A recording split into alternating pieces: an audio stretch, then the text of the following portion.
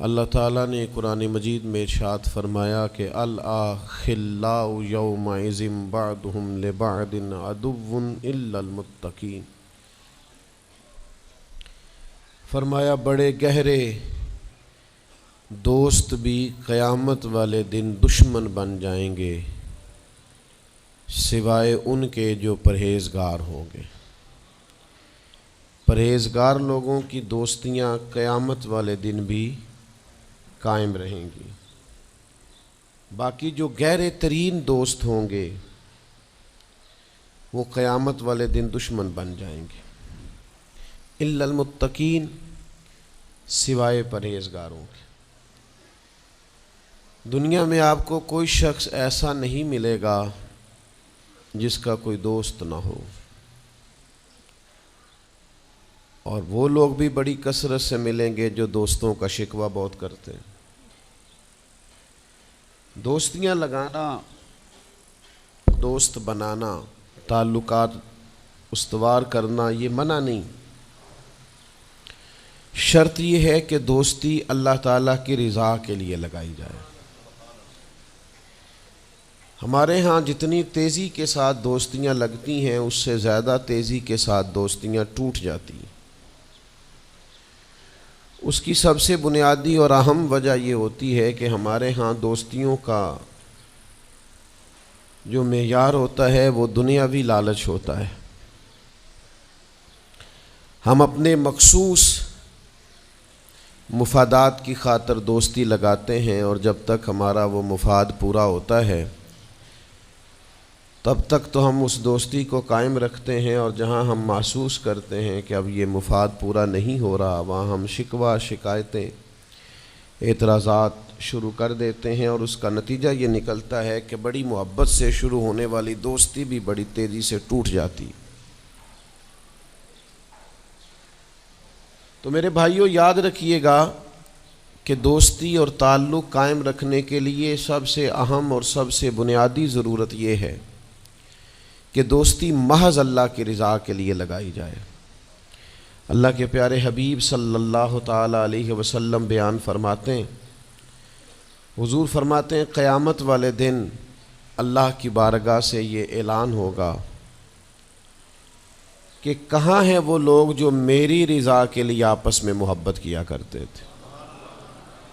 رب فرمائے گا جب آج میرے عرش کے سائے کے علاوہ کوئی سایہ نہیں ہے تو میں انہیں اپنے عرش کا سایہ عطا کروں گا، کیونکہ وہ میری رضا کے لیے آپس میں دوستی کرتے، میری رضا کے لیے انہوں نے آپس میں محبت کی۔ تو دوستی کا سب سے پہلے تو یہ سٹیٹس بنائیں کہ اس کے اندر محض اللہ کی مرضی، اللہ کی رضا کے لیے ایک دوسرے سے پیار، منفعت نہ ہو اس کے اندر کوئی بھی، دنیاوی لالچ کوئی بھی نہ ہو، ہرس نہ ہو، ہوس نہ ہو، طمع نہ ہو، ذاتی مفادات نہ ہو۔ جب ان سے بالاتر ہو کر لوگ دوستیاں لگاتے ہیں تو وہ دوستیاں قائم رہتی ہیں۔ اللہ کے پیارے محبوب صلی اللہ تعالیٰ علیہ وسلم نے فرمایا قیامت والے دن کچھ لوگ ایسے ہوں گے جن پر انبیاء اور اولیاء رشک کریں گے، ان کے چہرے 14ویں رات کی طرح چمک رہے ہوں گے، انہیں نور کے ممبروں پہ بٹھایا جائے گا۔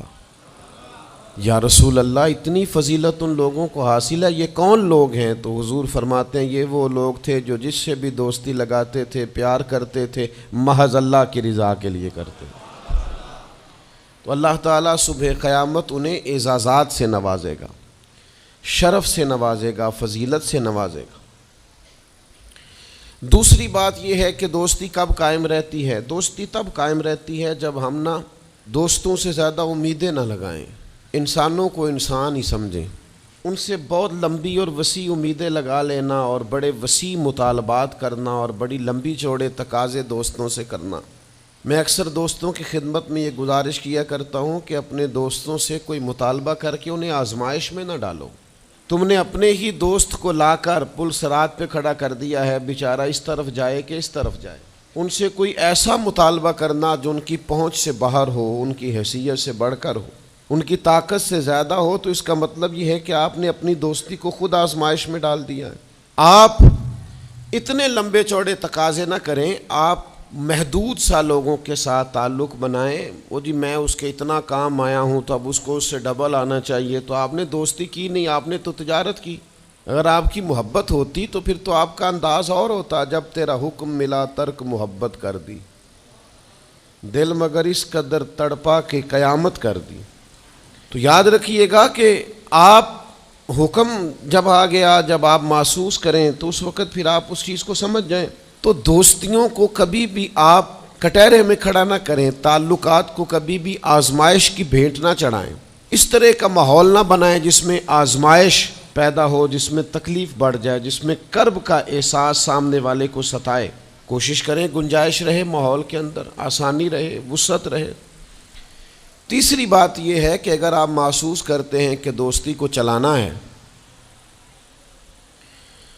تو پھر صرف اسی چیز کو نہ یاد رکھیں جو چیز آپ کو آج میسر آ رہی ہے اور آج آپ کو انکار ہو رہا ہے۔ اس سے پہلے جو دوستوں نے بڑی وفائیں کی ہیں وہ بھی تو یاد رکھے نا۔ ہمارا یہ ماحول ہوتا ہے کسی بندے نے 99 دفعہ نیکی کی ہے، ایک دفعہ انکار کیا، تو ہمیں ایک دفعہ کا انکار تو یاد رہتا ہے لیکن 99 نیکیاں یاد نہیں رہتی۔ یہ بہت بڑی زیادتی ہے۔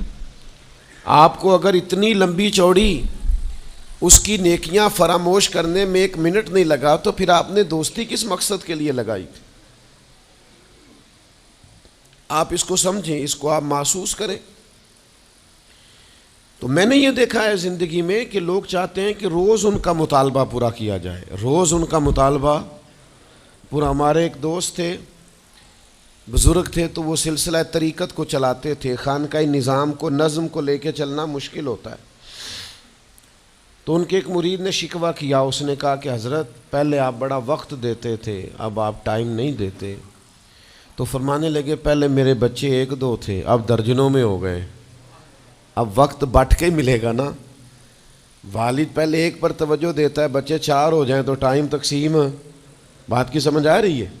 تو وقت تقسیم ہو کے ملے گا نا جب بچے بڑھ جاتے ہیں۔ اور فرمانے لگے ابھی تو میرے سمجھ لو 10-15 بچے ہیں، تو جب پوتے نواسے نواسیاں ہو گئے تو یہ اور زیادہ بٹ جائے گا، پھر اس میں اور زیادہ تقسیم کار ہو جائے گی۔ تو پھر اس طرح کر کے ماحول میں تقسیم ہو جاتی، اور یہ ہوتا ہے،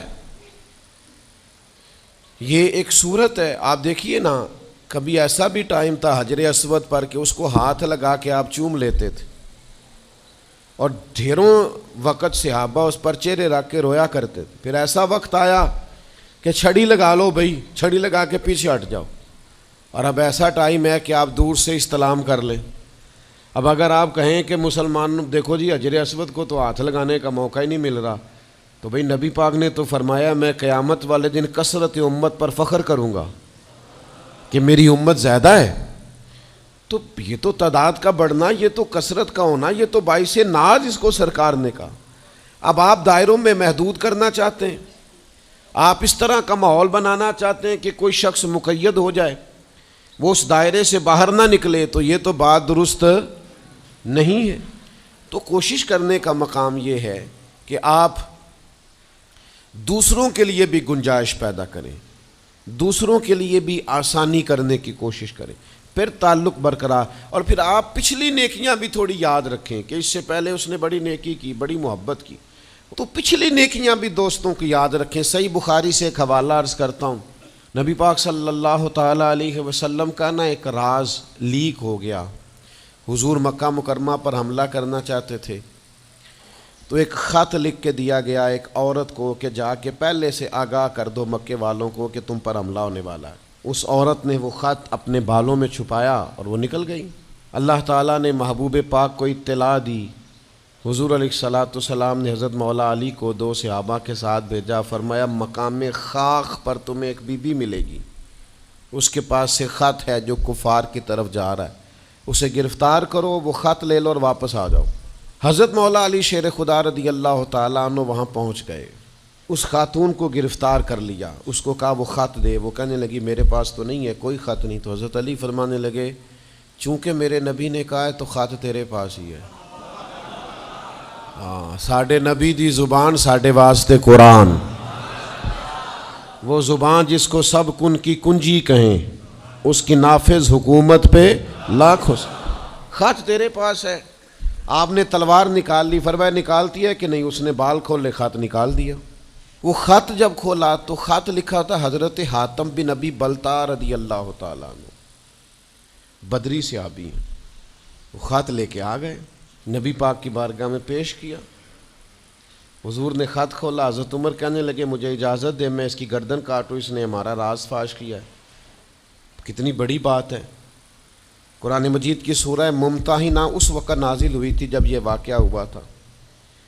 اللہ کے حبیب علیہ السلام نے فرمایا عمر ٹھہر جا، اتنی جلدی نہ کر، اس بندے کی وفات تو دیکھ، یہ بدر میں بھی تلوار لے کے ہمارے ساتھ گیا تھا، بدری صحابی ہے، اس کی وہ بات یاد رکھ کہ بدر کے مقام پر جب کہ بڑا مشکل تھا کافروں کے سامنے کھڑا ہونا، ان کی 1000 تعداد تھی اور مسلمان بڑی عددی طور پر اس کثرت کا شکار نہیں تھے، صرف 313 تھے۔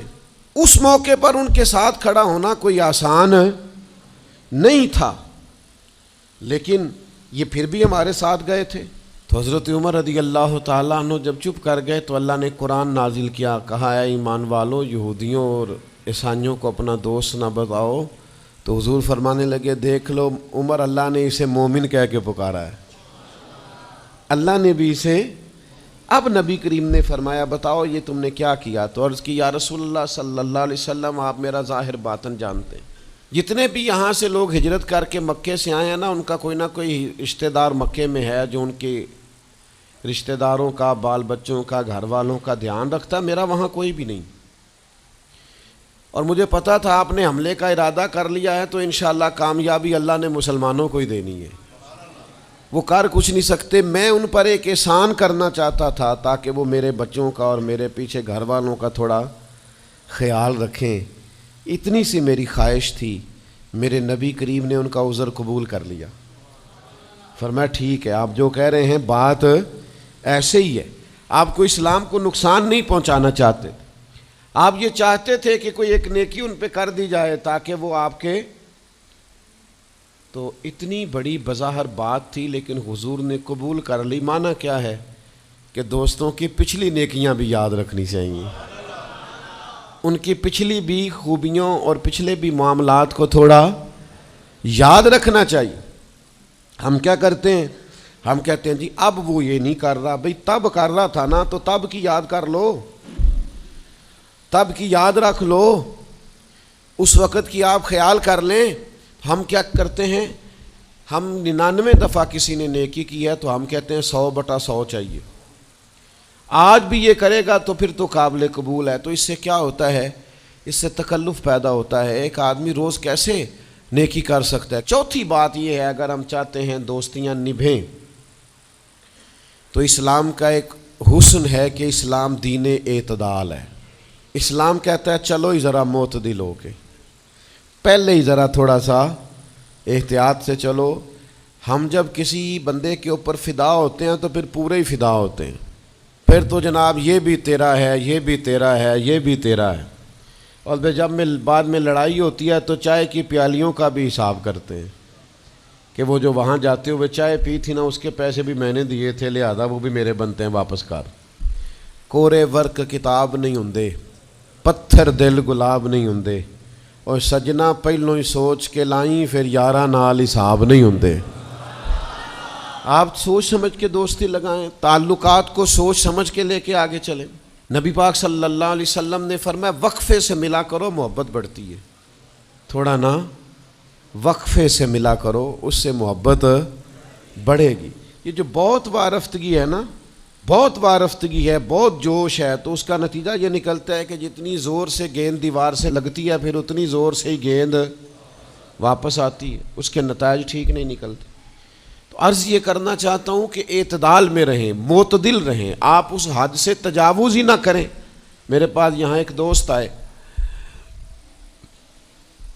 تو مجھے کہنے لگے جی میرا دوست بڑا اچھا تھا، بڑا نائس تھا، بڑا بہترین تھا، بڑا پیارا تھا، میرے ایک دوسرے دوست نے اسے خراب کر دیا۔ تو میں نے کہا وہ دوسرا دوست میں سمجھا نہیں. کہنے لگے یہ میرا پرانا دوست تھا جس نے اسے خراب کیا, اور جسے کیا وہ نیا تھا 2-4 سال. اس کی میں نے دوستی لگائی تھی, اب وہ دونوں ڈائریکٹ ہو گئے اور مجھے انہوں نے بیچ میں سے نکال دیا ہے. تو میں نے کہا یہ تو اکثر ہوتا ہے, پہلی دفعہ تو نہیں ہوا, اس طرح تو ڈھیر دفعہ ہوتا ہے. کہنے لگے میں کروں کیا, میں نے بڑا شور کیا ہے, ان کو اپنے احسان بھی یاد کرائیں پر وہ مانتے نہیں. میں نے کہا اب حل ہے نا, تھوڑا چپ کر جا کچھ عرصے کے لیے, تھوڑی خاموشی اختیار کر. جو چپ کر جاتا ہے وہ بھی بچ جاتا ہے. اگر تم چاہتے ہو کہ یہ دوستی پھر سے بحال ہو جائے تو زیادہ شکوے نہ کرو, زیادہ شکایتیں. ہم بعض اوقات اعتراضات اتنے کر بیٹھتے ہیں, شکوے اتنے کر بیٹھتے ہیں, اپنی زبان سے باتیں اتنی نکال بیٹھتے ہیں کہ دوبارہ پھر دوستی کا بحال ہونا ممکن ہے. ایک حدیث یاد رکھیں گے اگر سناؤں آپ کو تو. نبی پاک صلی اللہ تعالیٰ علیہ وسلم نے فرمایا کسی سے دشمنی بھی کرو تو اعتدال سے کرو, ہو سکتا ہے کل کو وہ تمہارا دوست بن جائے. اور فرمایا کسی سے دوستی بھی کرو تو اعتدال سے کرو, ہو سکتا ہے کل یہ دشمن بن جائے. دوستی اور دشمنی میں یہ جامع ترمذی میں حدیث, اعتدال کا رستہ نہ چھوڑو, معتدل رہو. سارے راز ہی دے بیٹھنا, ساری باتیں پہلے کر لینا اور اعتراض کرنا, اب تو شکوے بھی پھر سارے ہی کر لینا. دوست کو اس کی کمزوریوں کا بھی پتہ ہوتا ہے, وہ ساری کمزوریاں بھی اس کی بیان کر لینا, اس کو بھی بتانا, اس کو بھی بتانا, اس سے بھی ذکر کرنا. تو یہ انداز درست نہیں ہے.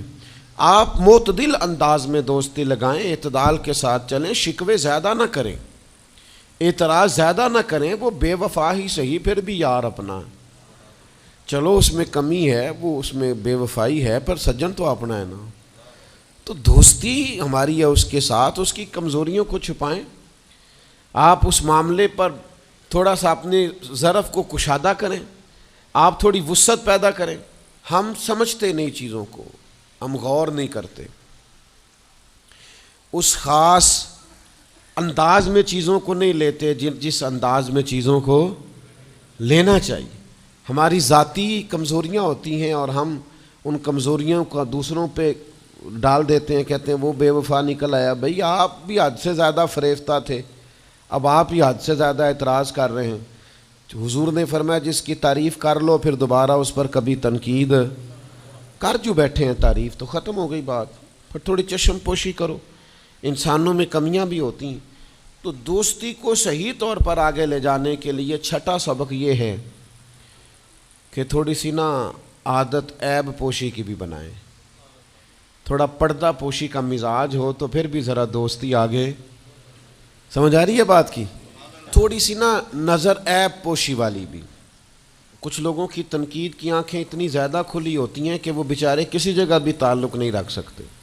جہاں جاتے ہیں انہیں کمیاں ہی کمیاں نظر آتی ہیں, خامیاں ہی خامیاں نظر آتی ہیں. ان کا مزاج ہی نہیں ہوتا کسی عیب کو چھپانے کا. تو آپ جس جگہ پہ موجود ہیں, جس جگہ آپ کے تعلقات ہیں, جہاں دوستی ہے, جہاں محبت ہے, وہاں تھوڑا سا عیب پوشی کا بھی مزاج ہونا چاہیے. نبی پاک علیہ السلام نے فرمایا تو کسی مسلمان کی دنیا میں پردہ پوشی کر دے, اللہ قیامت والے دن تیری پردہ پوشی فرما دے. آپ تھوڑا سا اس کا عیب چھپا دیں, بات ختم ہو گئی. تھوڑی سی پردہ پوشی کر دیں. دیکھیں نا, ہمیں حکم دیا گیا ہے شریعت میں, کسی شخص کا انتقال ہو گیا, اب کچھ لوگ اس کے غسل میں شریک ہیں, تو ان کو حکم یہ ہے کہ اگر تم نے کوئی اچھی بات دیکھی نا, خوبی دیکھی, چہرہ کھل گیا ہے, جسم تر و تازہ ہے, تو یہ سب کو بتاؤ. اور اگر تم کچھ ایسی چیز دیکھو کہ بیماری کی وجہ سے جسم اکڑ گیا ہے یا کسی وجہ سے چہرے پہ کوئی سیاہی آ گئی, جو کسی سے ذکر نہ کرو. جانے والے کے لیے تم اچھی چیزوں کو تو بیان کرو لیکن نقائص کو کبھی بھی بیان نہ کرو. اور نبی پاک علیہ السلام نے فرمایا اذکروا محاسن موتاکم, جب تم میں سے کوئی دنیا سے چلا جائے تو اس کی اچھی اچھی باتوں کا بیان کرو, اس کی اچھی اچھی باتوں کا ذکر کرو, اس کی خیر والی باتیں ڈھونڈ کے لوگوں کو سناؤ. یہ خوبی پائی جاتی تھی, یہ خوبی پائی جاتی تھی, یہ خوبی پائی جاتی. میں تھوڑے دنوں کی بات ہے, ایک جگہ پہ میں حاضر تھا, تو ایک صاحب وہاں اپنے ہی دوستوں کے کسی جھوٹ کا ذکر کر رہے تھے اور وہ کہتے ہی جا رہے تھے بڑا غلط ہے، بڑے جھوٹ بولتا ہے، بڑے جھوٹ بولتا ہے، بڑے جھوٹ بولتا ہے۔ تو ایک آدھ دفعہ میں نے ان سے کہا کہ چلیں چھوڑیں، کوئی اور موضوع بھی ڈسکس کریں۔ پھر نے کہا جی وہ بے وفا بھی بڑا ہے، مطلب پرست بھی بڑا ہے۔ پھر میں نے کہا چلیں کوئی اور موضوع بھی چھیڑیں۔ انہوں نے کہا نہیں جی وہ بندہ ہی بڑا غلط ہے۔ میں نے ان سے کہا ایک بات کروں؟ کہنے لگے کر لے۔ میں نے کہا آپ کو اس سے پیار بڑا ہے۔ کہنے لگے وہ کیسے؟ میں نے کہا آپ اس کا موضوع چھوڑنے کو تیار ہی نہیں۔ یہ جو آپ شکوہ کر رہے ہیں نا، اس کو نچوڑے نا تو اس کے اندر سے محبت چھلکتی ہے۔